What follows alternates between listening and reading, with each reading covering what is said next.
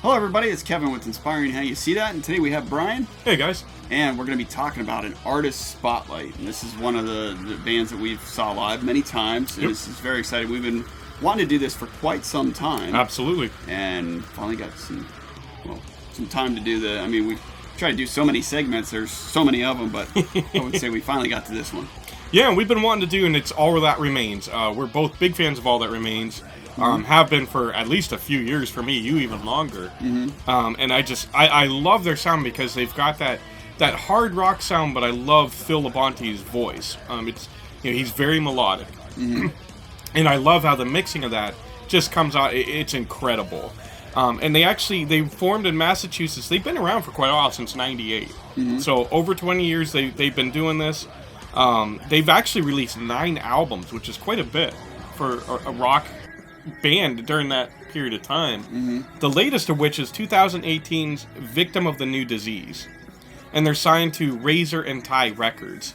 And like I said, they've been around for a while. All the members, I'll go ahead and just kind of list them for you. So Phil Labonte is the lead vocalist. On guitars, we've got Jason Richardson and Mike Martin. On bass, we have Aaron Patrick, and Jason Costa is on drums. And the sound that they have, and it doesn't all sound the same. And we've talked about that many times. That's one of the things I love about bands like this. They actually did a hard rock cover of Garth Brook's The Thunder Rolls. And it was fantastic. They actually brought in Diamante on that song, and she sang with them. It was incredible. Yeah, and I like that too as well. And it's just such a mixture of music. It's one of those things where you pull, if you download their music, don't worry about just downloading one song. You might as well just download the whole Grab thing, it all. because it's all good. Yep. Yeah, you just can't go through and be like, well, number 5 is good on this one, and number 4, whatever. Buy the whole album. Just buy the whole album. They're all great. And yeah, I've like you've said, I think it was early 2000s at a festival that I noticed them at the festival. I'm like, man, these guys are great. And then ever since then, I've just been going to the what I can for the shows. And well, you even met him at Incarceration, didn't you, with Gavin? Yeah, and what the funny thing was is Gavin, my son, also likes him too as well, and he's 11 now.